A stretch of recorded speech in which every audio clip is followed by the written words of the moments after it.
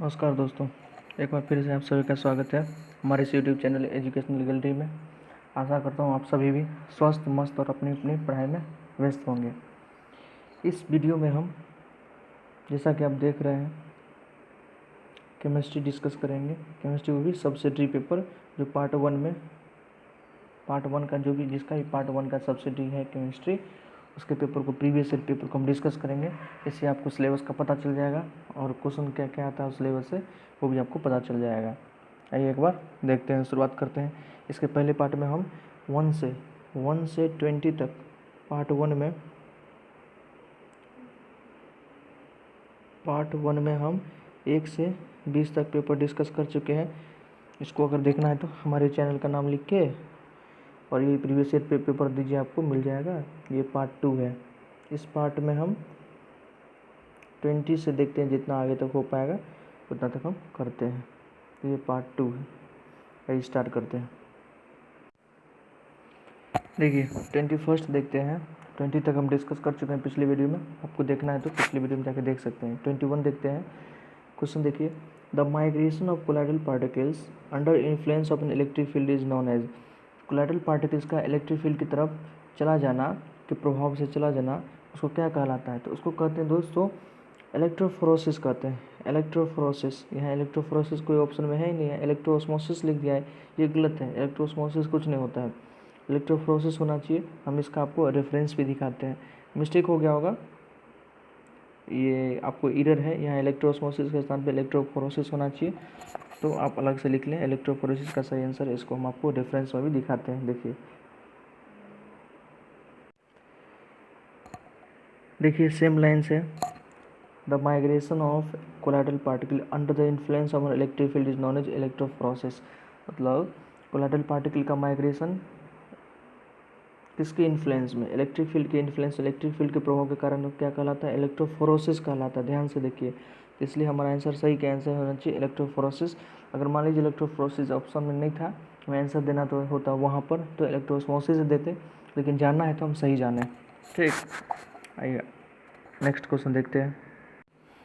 Next देखिए, the sky looks blue due to. Sky blue क्यों दिखता है? ये तो बच्चों को 6-7 से ही पढ़ाया जाता है कि स्काई ब्लू दिखता है due to scattering of light. Scattering of light होता है जिसमें ब्लू कलर का स्कैटरिंग सबसे मैक्सिमम होता है, क्योंकि विवग्योर में जो अगर आप देखते हैं, विवग्योर BIBGYOR, विवग्योर रेड का लेमडा सबसे ज़्यादा होता है, जिसका लेमडा सबसे ज़्यादा, वेवलेंथ रेड का सबसे ज़्यादा, और ब्लू का या वॉयलेट या ब्लू का लेमडा कम है। जिसका लेमडा कम होता है ना, उसका स्कैटरिंग सबसे ज़्यादा होता है, इसलिए हमको अधिकतर ब्लू लाइट ही देखता है स्काई, स्कैटरिंग ऑफ लाइट के कारण। Next, gold number represent. Gold number क्या रिप्रेजेंट करता है? तो गोल्ड नंबर रिप्रेजेंट करता है, ये बच्चा मारा था, percentage of gold in coin. ये गलत है। गोल्ड नंबर, ये सरफेस केमिस्ट्री का टॉपिक है, ये बताता है कोलाइड प्रोटेक्टिव पावर। क्या बताता है? तो कोलाइड प्रोटेक्टिव पावर, कोलाइड का कितना प्रोटेक्टिव पावर है, ये गोल्ड नंबर बताता है। इसका भी हम आपको रेफरेंस दिखाते हैं। आइए देखिए, the number of milligram protective colloid, the number of milligram protective colloid which is just sufficient to prevent the coagulation of 10 millilitre standard gold solution when 1 millilitre of solution of sodium chloride is added to is called gold number. तो protective colloid को ही gold number कहते हैं। ध्यान रहेगा आपको, तो ठीक है, रेफरेंस भी आपको दिखा दिए। तो आइए नेक्स्ट क्वेश्चन देखते हैं। नेक्स्ट क्वेश्चन देखिए, ये केमिकल काइनेटिक्स से क्वेश्चन है, बहुत ही आसान क्वेश्चन है। फॉर द रिएक्शन A से A+2B से C, the rate of reaction at A given instant can be represented by. Rate of reaction को कैसे हम दिखाएंगे? तो प्रोडक्ट में, रिएक्टेंट में क्या लगाते हैं? माइनस लगाते हैं। देखिए minus d/dt equals to minus d/dt/2, जो इसका कोफिशेंट होता है वो नीचे चला जाता है, और माइनस लगाते हैं रिएक्टेंट में, प्रोडक्ट में प्लस लगाते हैं, प्लस साइन dc/dt। तो ये करेक्ट आंसर है, ऑप्शन C करेक्ट आंसर है। चैनल को प्लीज़ सब्सक्राइब कर दीजिए, लाइक भी कर दीजिए, अपने दोस्तों को भी बताइए, क्योंकि अच्छा क्वेश्चन है, आसान क्वेश्चन है। आप अगर इसका प्रैक्टिस कर लेते, ये सब टॉपिक है, तो आपका एग्जाम अच्छा से जाएगा। 26 नंबर देखते हैं।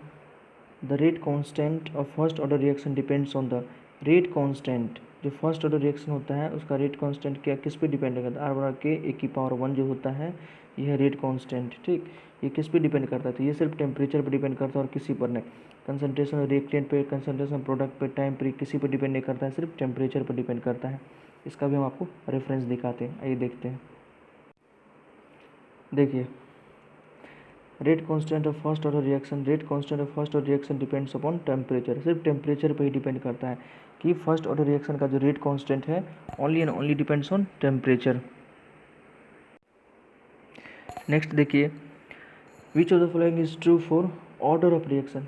ऑर्डर ऑफ रिएक्शन के बारे में क्या ट्रू है, तो ऑर्डर ऑफ रिएक्शन आपको पता होगा, मान लीजिए कोई रिएक्शन लेते हैं, r बराबर के ए की पावर x b की पावर y, तो x और y को क्या कहते हैं, ऑर्डर ऑफ रिएक्शन कहते हैं। ये इसके बारे में क्या सही है, it is equal to the sum of power of molar concentration of reactant in experimental rate equation. हाँ ये सही है कि जो x प्लस वाई जो हमारा क्या है ऑर्डर ऑफ रिएक्शन है, ये क्या है, तो जो रिएक्टेंट है उसका मोलर कंसंट्रेशन का जो पावर है उसको सम कर दीजिए। बी लिखा हुआ, it is always a whole number, जरूरी नहीं कि हमेशा होल नंबर ही हो, कोई भी इंटीजर हो सकता है। It is never zero, zero भी होता है, तब ना जीरो ऑर्डर रिएक्शन हम लोग पढ़ते हैं। It is a theoretical concept ना थ्योरेटिकल कंसेप्ट नहीं है, तो हमारा कौन सा सही है, तो ऑप्शन ए सही है। It is equal to sum of power of molar concentration of reactant. Okay next, for a first order reaction the half life period is independent of, first order reaction के लिए half life period किसके independent है। देखिए first order reaction का आप देखिएगा तो T half जो होता है, टी हाफ तो क्या होता है 0.693 अपॉन के, ये तो फर्स्ट ऑर्डर रिएक्शन का हुआ, फर्स्ट ऑर्डर रिएक्शन का, ठीक। जीरो ऑर्डर का हम देखें तो जीरो ऑर्डर का देखते हैं, आप देखे होंगे तो टी हाफ क्या होता है ए अपॉन टू के, ए अपॉन टू के, तो यहाँ कंसंट्रेशन पे डिपेंड कर रहा है जीरो ऑर्डर रिएक्शन में, लेकिन फर्स्ट ऑर्डर रिएक्शन अगर देखें तो टी हाफ में कहीं कंसंट्रेशन टर्म नहीं आता, तो इंडिपेंडेंट ऑफ इनिशियल कंसंट्रेशन, जो इनिशियल कंसंट्रेशन होता है उसके इंडिपेंडेंट होता है। तो हमारा ऑप्शन क्या हो गया, और ऑप्शन ए सही है कि first order reaction half life, जो फर्स्ट ऑर्डर रिएक्शन होता है उसका हाफ लाइफ किसके इंडिपेंडेंट होता है, इनिशियल कंसंट्रेशन के इंडिपेंडेंट होता है, क्योंकि इसके टी हाफ के फॉर्मूला में क्या है, तो 0.693 अपॉन के, तो यहाँ कहीं मोलर कंसंट्रेशन आया नहीं, इनिशियल कंसंट्रेशन आया नहीं, इसलिए इंडिपेंडेंट है इनिशियल कंसंट्रेशन के। नेक्स्ट देखिए 29 number, the hydrolysis of ethyl acetate is a reaction of, ethyl acetate का हाइड्रोलाइसिस किस प्रकार का रिएक्शन है, first order, second order, zero order, third order, तो ये है फर्स्ट ऑर्डर रिएक्शन है। इसका हम आपको रेफरेंस दिखाते हैं, देखिए यही है हमारा इथाइल एसीटेट, ये इथाइल एसीटेट है, ये पानी मत तो उसका हाइड्रोलाइसिस करा रहे हैं तो प्रोडक्ट हमको ये बन रहा है, तो किस प्रकार रिएक्शन है, hence it is a first order reaction, क्या है, तो hydrolysis of ethyl acetate is a first order reaction. ध्यान रहेगा आपको, हो सकता है ये क्वेश्चन आ जाए, क्योंकि first order, zero order, second order से क्वेश्चन आ ही रहा है, सेकंड ऑर्डर से तो बहुत कम उम्मीद है, जीरो ऑर्डर और फर्स्ट ऑर्डर से क्वेश्चन आने की संभावना मोस्ट प्रोबेबली ज़्यादा है, तो आपको केमिकल काइनेटिक्स का जीरो फर्स्ट ऑर्डर रिएक्शन तो पढ़ के जाना ही चाहिए।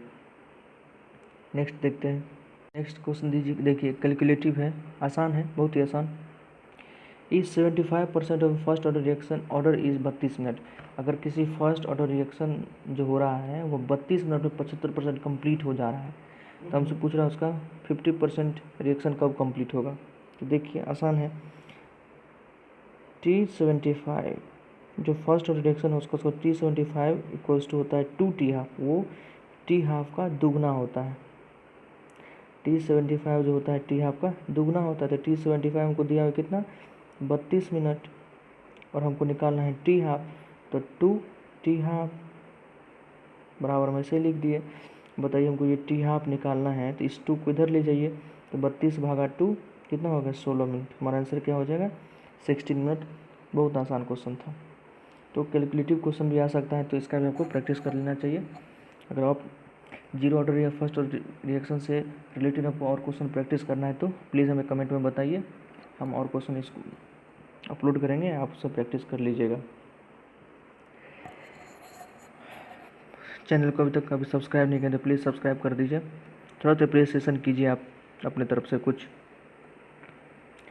नेक्स्ट देखिए 31 number, the ratio of e by m electron by mass for cathode ray कह रहा है E/M का रेशियो कैथोड रे के लिए क्या होता है, तो ये हमेशा फिक्स्ड होता है। क्या होता है, हमेशा फिक्स्ड होता है। कभी भी आप इलेक्ट्रोस्टैटिक्स पढ़े होंगे या एटॉमिक स्ट्रक्चर पढ़े होंगे तो वहाँ भी आसानी से बताया था कि E/M का रेशियो क्या होता है, हमेशा फिक्स्ड होता है, क्योंकि इलेक्ट्रॉन का चार्ज भी फिक्स है, इलेक्ट्रॉन का मास भी फिक्स है और ये M भी फिक्स है, तो दोनों वैल्यू में क्या देते हैं, कांस्टेंट वैल्यू, जिसको कहते हैं फिक्स्ड है।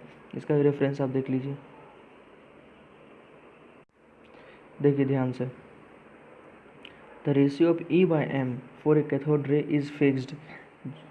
E/M का रेशियो कैथोड रे के लिए फिक्स होता है। कितना होता है, तो 1.75 इंटू 10⁻11 कूलम्ब पर kg। It is equal to the ratio of E/M for electron. This is because cathode ray consist of electron. क्यों, क्योंकि कैथोड रे इलेक्ट्रॉन से कंसिस्टेड है। Cathode ray are streams of electron. ऐसा question आगे भी आपको देखने को मिलेगा। In E/M, E refers to charge and M refers to mass. E क्या रेफर करता है, तो किसका चार्ज, इलेक्ट्रॉन का चार्ज, और M मास ऑफ इलेक्ट्रॉन। तो आशा करते हैं आप अच्छे से समझ गए होंगे। नेक्स्ट क्वेश्चन देखते हैं। नेक्स्ट क्वेश्चन देखिए, कैथोड रे या cathode rays are. Cathode rays कैसा होता है, कैथोड रे एनोड रे आप लोग पढ़े होंगे एटॉमिक स्ट्रक्चर में। तो cathode rays are streams of electron. Electron की स्ट्रीम है, धारा है, करंट है, ठीक। इसका भी रेफरेंस हम आपको दिखाते हैं। जो भी अच्छा क्वेश्चन है सबका हम आपको रेफरेंस दिखा रहे हैं, क्योंकि आपको विश्वास हो कि हम जो आंसर बता रहे हैं एकदम सही है। तो बिल्कुल मान के चलिए, आप मान के क्या चलिए, 100% जो हमारा आंसर बताया हुआ है बिल्कुल सही है। आपको इधर उधर से गेस पेपर में कुछ आंसर गलत भी मिल सकता है, लेकिन हमारे इस चैनल पे एकदम रिसर्च किया हुआ है। सबको हम अच्छे से पहले तैयारी करते हैं, फिर इसको अपलोड करते हैं, सबका रेफरेंस भी दिखाते हैं ताकि आपको ज़्यादा से ज़्यादा बिलीव हो। प्रूफ के साथ दिखाते हैं। देखिए इसका भी प्रूफ देखिए। Cathode ray are the streams of cathode ray are the streams of electron that are negatively charged particle. Cathode ray किसका स्ट्रीम है, तो इलेक्ट्रॉन का स्ट्रीम है, जो कि ऑब्वियसली इलेक्ट्रॉन क्या है, तो नेगेटिवली चार्ज पार्टिकल है। Cathode rays travel in a straight line from the cathode. The ratio of E/M, ये पहले भी क्वेश्चन हम देखे थे, it is equal to the ratio of E/M for electron. E क्या रेफर करता है, चार्ज ऑफ, और M मास ऑफ इलेक्ट्रॉन। तो रेफरेंस हम दिखा दिया आपको, अब तो बिलीव हो जाना चाहिए। प्लीज़ अभी सब्सक्राइब नहीं किया तो सब्सक्राइब कर दीजिए। नेक्स्ट देखते हैं। नेक्स्ट क्वेश्चन है, विच of the following pair represent isobar. Isobar isotope तो बहुत ही आसान टॉपिक है, 9th क्लास से पढ़ाया जाता है। देखिए आइसोबार किसको कहते हैं, तो जिसका मास नंबर या एटॉमिक मास इक्वल होना चाहिए। अगर किसी दो एलिमेंट का एटॉमिक मास इक्वल हो जाए तो उसको क्या कहेंगे, आइसोबार। तो आप चेक कर लीजिए किसका एटॉमिक मास इक्वल है। यहाँ 4 है, यहाँ 3 है, यहाँ 4 है, इक्वल नहीं है। यहाँ 24 है, 25 इक्वल नहीं है, लेकिन यहाँ भी 40 है, यहाँ भी 40 है, तो ये हमारा सही है। तो आइसोबार कौन है, तो हमारा ऑप्शन सी सही है। जो आसान क्वेश्चन उसमें रेफरेंस दिखाने का जरूरत है ही नहीं, क्योंकि ये तो सभी जानते ही होंगे। अगर थोड़ा भी तो आपको केमिस्ट्री जानते हैं, केमिस्ट्री लिए हुए, तो आइसोबार आइसोटोप के बारे में तो अच्छे से जानते ही होंगे, तो इसका रेफरेंस दिखाने का कोई लॉजिक नहीं है। नेक्स्ट क्वेश्चन देखिए, which of the following has the maximum number of unpaired electron. Maximum number of unpaired electron निकालने के लिए आपको इलेक्ट्रॉनिक कॉन्फ़िगरेशन आना चाहिए। देखिए Mg+2 मैग्नीशियम होता है 12 इलेक्ट्रॉन, 2 इलेक्ट्रॉन निकाल दिए तो 10 इलेक्ट्रॉन हो गया। 10 में सब क्या होगा, ऑल पेयर्ड होगा, तो 0 अनपेयर्ड इलेक्ट्रॉन एक भी नहीं होगा। टाइटेनियम का होता है 22, एटॉमिक नंबर 22 होता है। 22 में से 2 निकाल दिए तो 20 बचेगा। 20 बचेगा, तो 20 में भी सब पेयर्ड है, तो यहाँ भी n बराबर 0 हो गया। 20 में क्या हो गया, n बराबर 0 हो गया। पेनेडियम 23 होता है, पेनेडियम कितना होता है, तो 23 होता है। 23 में से 3 निकाल दी, तो यहाँ भी n बराबर 0 हो गया। देखिए बच्चा बनाया था वो सबको थोड़ा गलत कर दिया था, लेकिन n बराबर 0, यहाँ भी n बराबर 0। लेकिन आयरन+2 आयरन कितना होता है, 26 होता है आयरन का एटॉमिक नंबर। 26 में 2 इलेक्ट्रॉन निकाल दिए तो 24, ठीक। 26 का पहले इलेक्ट्रॉनिक कॉन्फ़िगरेशन लिख दीजिए, तो आर्गन मतलब 18, फिर 3d6, 18 6 24 और 4s2, 24 2 26 हो गया। 2 इलेक्ट्रॉन निकालना है तो 4s2 से 2 इलेक्ट्रॉन निकाल दिए, तो डी में कितना हो गया, डी में 6 हुआ। डी में 6 हुआ, तो अगर डी को हम डी का हम बनाएं ऑर्बिटल, देखिए अब सब में रख दीजिए। इसमें एक जाएगा, इसमें भी 1 2 3 4 5 और एक, फिर इसमें पेयर कर देंगे तो 6। अनपेयर्ड इलेक्ट्रॉन कितना है, 4 अनपेयर्ड इलेक्ट्रॉन होता है। तो मैक्सिमम अनपेयर्ड इलेक्ट्रॉन किस में है, तो आयरन+2 में, तो डी आंसर हो गया। नेक्स्ट देखते हैं, विच of the flying ions is not having the configuration of neon, किस आयन का कॉन्फ़िगरेशन नियॉन के इक्वल्स नहीं है। नियॉन का एटॉमिक नंबर कितना होता है, 10 होता है। देख लेते हैं, क्लोरीन 17 है, एक आ गया तो 18, इसका नियॉन के जैसे नहीं है। फ्लोरीन का एटॉमिक नंबर 9 होता है, एक इलेक्ट्रॉन है तो 10, इसका भी इलेक्ट्रॉनिक कन्फिग्रेशन नियॉन के जैसे हो सकता है। सोडियम 11 होता है, एक चला गया तो इसका भी 10। मैग्नीशियम 12 होता है, 2 चला गया इलेक्ट्रॉन तो इसका भी 10। तो ये सब नियॉन के इक्वल्स है, ये नियॉन के बराबर नहीं, तो हमारा आंसर ए सही है। नेक्स्ट देखिए, the magnetic quantum number is related to, magnetic quantum number atomic structure से क्वेश्चन है कि किससे रिलेटेड होता है, ओरिएंटेशन से रिलेटेड होता है। किससे, ओरिएंटेशन से। इसका भी हम आपको रेफरेंस दिखाते हैं। देखिए the magnetic quantum number is related to orientation, magnetic quantum number किससे रिलेटेड, तो ओरिएंटेशन से। It determines the preferred orientation of orbital in space, it give the number of orbital in sub orbit, it explain Zeeman and Stark effect को भी ये explain करता है। तो magnetic quantum number orientation को बताता है। नेक्स्ट देखिए, the principal quantum number represent, principal quantum number क्या रिप्रेजेंट करता है। तो आसान क्वेश्चन है, इसका आंसर डी है, number of orbitals in orbit, कितना ऑर्बिटल्स होगा ये इसको बताता है कौन, principal quantum number. Next 38, when electron drops from higher energy level to lower energy level then, obviously जब इलेक्ट्रॉन हायर एनर्जी लेवल से लोअर एनर्जी लेवल पे आएगा तो एनर्जी को इमिट करेगा। क्या करेगा, एनर्जी को इमिट करेगा। नेक्स्ट, ये सब आसान क्वेश्चन है, आप तो इनऑर्गेनिक से जितना भी है सब आसान क्वेश्चन है। The number of electron in an atom containing 20 proton in the nucleus will be, the number of electron करें उस एटम में इलेक्ट्रॉन की संख्या कितना होगी जिसमें 20 प्रोटॉन है। तो ऑब्वियसली अगर एटम के बारे में कुछ नहीं कहा है, न्यूट्रल है, तो जब एटम न्यूट्रल होता है तो जितना प्रोटॉन उतना इलेक्ट्रॉन, तो 20 प्रोटॉन तो 20 electron, very easy. Next, the particle with 13 proton and 10 electron, देखिए 13 प्रोटॉन, जितना प्रोटॉन होता है वही उसका क्या होता है, एटॉमिक नंबर होता है। तो 13 प्रोटॉन है तो 13 किसका एटॉमिक नंबर होता है, एल्यूमिनियम का। 10 ही इलेक्ट्रॉन है, इसका मतलब 3 इलेक्ट्रॉन वहाँ से जा चुका है, तो ये क्या होगा, आयन होगा, तो L+3, 3 इलेक्ट्रॉन चला गया तो इसमें 10 इलेक्ट्रॉन है, 13 प्रोटॉन है। ये भी आसान क्वेश्चन था। नेक्स्ट देखते हैं, atomic size is the order of, atomic size किस ऑर्डर में होता है, तो 10⁻⁻8 सेंटीमीटर, एटॉमिक पावर 10⁻⁸ सेंटीमीटर में होता है। ठीक, ये ध्यान रखिएगा, मेमोराइजेबल क्वेश्चन है। नेक्स्ट देखते हैं, नेक्स्ट है, विच of the following is iso electronic, iso electronic का मतलब होता है नंबर ऑफ इलेक्ट्रॉन सेम होना चाहिए विथ नियॉन, कौन नियॉन के साथ आइसो इलेक्ट्रॉनिक है, मतलब नियॉन में जितना इलेक्ट्रॉन है उतना ही इस एलिमेंट में भी होना चाहिए। नियॉन में कितना इलेक्ट्रॉन है, टोटल 10 है, तो देख लीजिए 10 किस में है। फ्लोरीन प्लस में अगर देखें तो फ्लोरीन होता है 9, एक निकाल दी तो इसमें 8 ही है, हमको 10 पुराना गलत हो गया। सोडियम में 11 होता है, मैग्नीशियम में 12 होता है, नहीं पूरा। ऑक्सीजन में 8 होता है, 2 माइनस है तो 10 हो गया, तो ये ऑप्शन हमारा सही है। Next, the concept of dual nature of radiation was propose by, dual nature of light कौन दिया था, तो बच्चे से पढ़ा जाता है, सॉरी 8-9 से, कि डी ब्रोगली ने कंसेप्ट दिया था ड्यूल नेचर ऑफ लाइट के लिए, कि इलेक्ट्रॉन वेव का भी काम करता है, इलेक्ट्रॉन एज ए पार्टिकल भी काम करता है, जिसे बोलते हैं dual nature of light. Next है, de Broglie equation is, de Broglie equation इसमें से क्या है, तो डी ब्रोगली बताया था लैम्डा बराबर H/P, और P क्या है, मोमेंटम है, मोमेंटम को हम एम भी लिख सकते हैं, तो लैम्डा बराबर H/mv। नेक्स्ट, आसान क्वेश्चन है ये सब। Which orbital is dumbbell shape, dumbbell shape कौन ऑर्बिटल होता है, P ऑर्बिटल का जो शेप होता है डम्बल शेप होता है। S ऑर्बिटल स्फेरिकल होता है, D ऑर्बिटल डम्बल होता है, और F ऑर्बिटल का शेप कॉम्प्लेक्स होता है। तो हमारा आंसर बी हो गया, आसान क्वेश्चन है ये सब।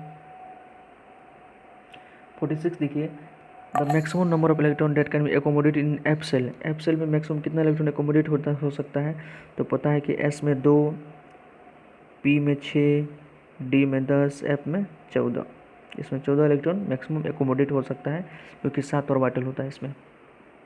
नेक्स्ट देखते हैं, नेक्स्ट 47 देखिए, the nitrogen atom has 3 unpaired electron that can be explain due to, देखिए नाइट्रोजन होता है, नाइट्रोजन का एटॉमिक नंबर कितना है, तो 7 है। इसको अगर भरेंगे तो इलेक्ट्रॉनिक कन्फिग्रेशन लिखिए 1s2 2s2 2p3, कि P ऑर्बिटल में 3 इलेक्ट्रॉन होता है और सब अनपेयर्ड होता है। मान लीजिए P ऑर्बिटल है तो एक इलेक्ट्रॉन इसमें, एक इलेक्ट्रॉन इसमें, एक इलेक्ट्रॉन इस ऑर्बिटल में, तीनों अनपेयर्ड होता है। तो इसको कौन एक्सप्लेन किया था? हुंड्स जो था, हुंड्स बताया था कि इलेक्ट्रॉन को सबसे पहले हम एक एक करके भरेंगे, एक एक इलेक्ट्रॉन को करके भरेंगे सारे ऑर्बिटल में, और जब सारा ऑर्बिटल भर जाए और उसके बाद अगर हमारे पास कुछ एक्स्ट्रा है तो तब हम पेयरिंग करेंगे। तो यहाँ तो एक्स्ट्रा है नहीं, 3 ही था, इसलिए 3 ऑर्बिटल में तीनों को भर दिया अनपेयर्ड करके। तो ये कौन रूल किसका था? तो हुंड्स का रूल था। और वो रूल N+L का रूल बताया था कि एनर्जी जो लोएस्ट एनर्जी उसको पहले भरेंगे और हायर एनर्जी वाले को बाद में भरेंगे। तो हमारा आंसर ए हुंड्स रूल सही है। 48 देखिए, electronic configuration of calcium atom can be written as. Calcium atom कितना होता है? 20, एटॉमिक नंबर 20 होता है, आर्गन 18, 2 20, तो बी ऑप्शन सही है, बहुत आसान है। 49 देखिए, न्यूट्रॉन वाज डिस्कवर्ड है। न्यूट्रॉन कौन डिस्कवर किया था? तो ऑब्वियसली चैडविक, चैडविक इसको डिस्कवर किया था। इसका हम आपको ट्रिक भी बताते हैं, इलेक्ट्रॉन प्रोटॉन न्यूट्रॉन से अगर कभी क्वेश्चन आ जाए तो आसानी से आप उसको ट्रिक से भी सॉल्व कर सकते हैं। देखिए बताते हैं ट्रिक।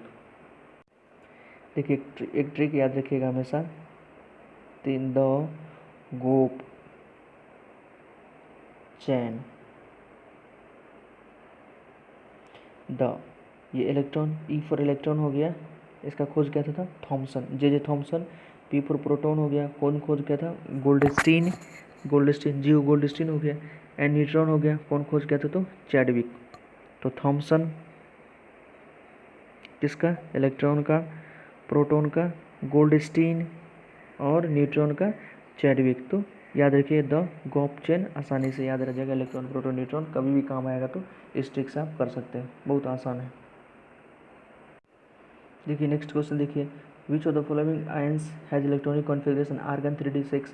आर्गन का होता है 18, डी में 6 तो 18 से 24 किसका हो सकता है? देख लीजिए, आयरन 26 होता है, 26 में से 3 गया तो 23 हो गया, नहीं हो सकता। कोबाल्ट 27 होता है, 27 में से 3 गया तो 24, तो ये ऑप्शन हमारा सही है।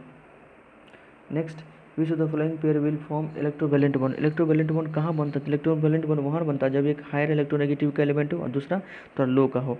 तो देखिए ऑक्सीजन का इलेक्ट्रोनेगेटिविटी तो फ्लोरीन के बाद ज़्यादा होता है, फ्लोरीन का EN देखते तो 4 है, और ऑक्सीजन का कितना है? 3.5। तो फ्लोरीन तो है नहीं, तो यहाँ ऑक्सीजन है, तो यही बनेगा इलेक्ट्रोवैलेंट बॉन्ड। इस वीडियो में हम यहीं तक रखते हैं, नेक्स्ट वीडियो में इसे आगे करेंगे क्योंकि वीडियो लंबा हो रहा है। तो आशा करते हैं आपको ये सारा क्वेश्चन अच्छे से समझ में आया होगा। किसी प्रकार के आपको अगर कोई गलती लगे तो आप ज़रूर कमेंट में बताइए।